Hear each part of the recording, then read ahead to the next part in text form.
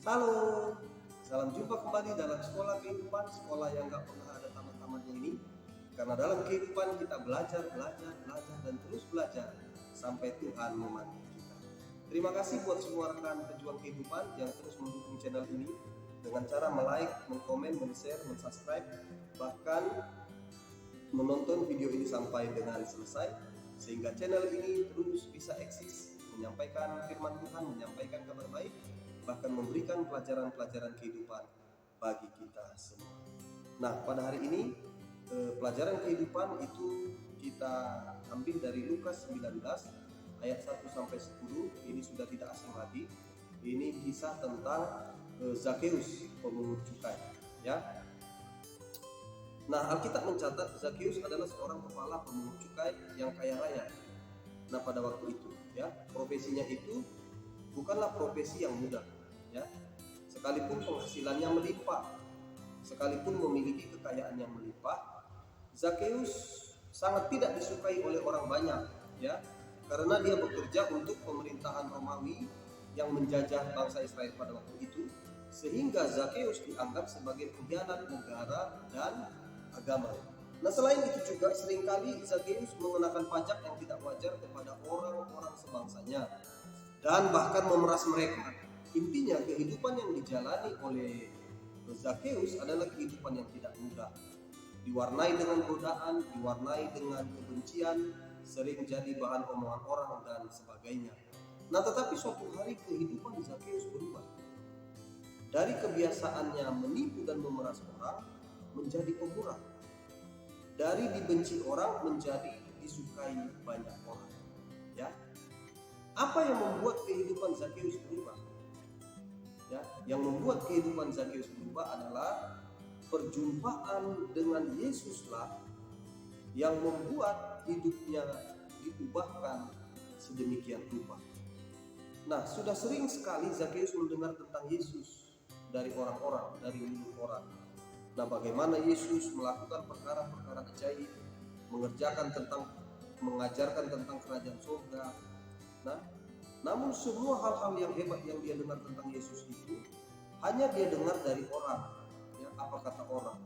Sedangkan dia sendiri belum pernah sama sekali melihat atau mengalami langsung apa yang dia dengar selama ini dari orang tentang perbuatan-perbuatan Yesus yang ajaib.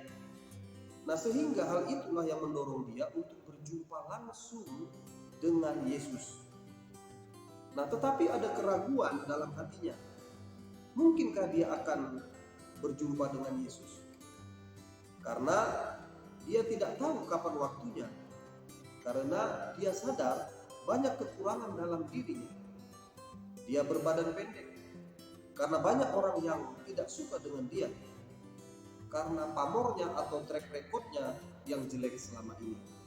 Nah, tetapi semua keraguannya itu terpatahkan ketika suatu hari dia dengar bahwa Yesus akan lewat ke kotanya.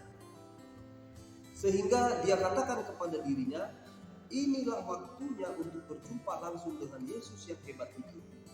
Nah, sekalipun ada masalah ketika ia ingin berjumpa, berusaha langsung untuk melihat Yesus, yaitu badannya pendek, tetapi dia mencari solusi.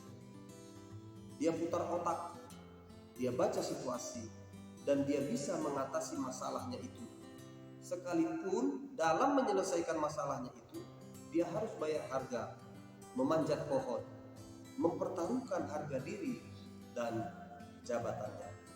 Nah, tetapi puji Tuhan, tidak sia-sia dia bayar harga untuk berjumpa dengan Yesus, ya.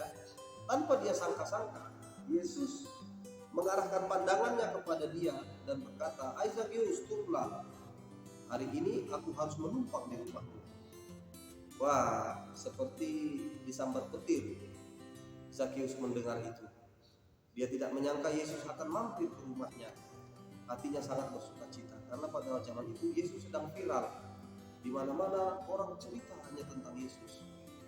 Menyembuhkan orang yang sakit, mencelitkan mata yang buta, ya, yang lumpuh bisa berjalan, bahkan Lazarus yang mati bisa dibangkitkan. Artinya pada waktu itu Yesus sedang viral. Ya. Bayangkanlah seorang yang sedang viral mampir ke rumah kita. Waduh, betapa bangganya kita ya. Kalau sekarang katakanlah, oh, kita samakan dengan siapa ini? Dengan Pak Jokowi kah? Ya kan? Kepala negara yang luar biasa, sehingga ke rumah kita, apa enggak satu kehormatan yang besar itu bagi kita. Nah, hati Zakheus sangat bersuka cita karena dia berjumpa dengan Yesus. Dan bukan hanya sekedar berjumpa, ya. Yesus mau datang ke rumahnya. Sehingga kedatangan Yesus ke rumahnya itulah yang membuat perubahan dalam hidup atau dalam diri Zakheus. Sekalipun banyak orang nyinyir, ya, kenapa sih Yesus mau singgah di rumah orang berdosa?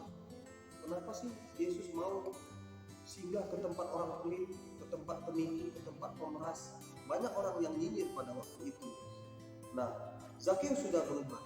Sejak saat itu, fokus hidup Zakheus berubah. Yang tadinya fokus hidupnya hanya untuk harta, uang, kekayaan, ya, sekarang tidak lagi, karena dia sudah menemukan sumber kekayaan itu sendiri, yaitu Yesus Kristus. Ya, luar biasa ya. Seberapa rusak kotornya, bahkan sampai semua orang muak dengan kita. Ya. Tetapi ketika ada kerinduan yang dalam dari dalam hati kita untuk mengalami perjumpaan dengan Tuhan, kerinduan hati itulah yang akan menarik pandangan Yesus untuk memandang kita secara khusus. Karena Yesus bukan mencari persembahan, tetapi mencari penyembah. Hati yang rindu mencari Tuhan, itulah yang menarik hati Tuhan untuk berjumpa dengan kita. Dan kalau kita berjumpa dengan Tuhan, hidup kita diubahkan Tuhan. Ya, hidup kita pasti berubah kalau kita berjumpa dengan Tuhan Yesus. Demikianlah pelajaran kehidupan kali ini. Tuhan Yesus. Salam.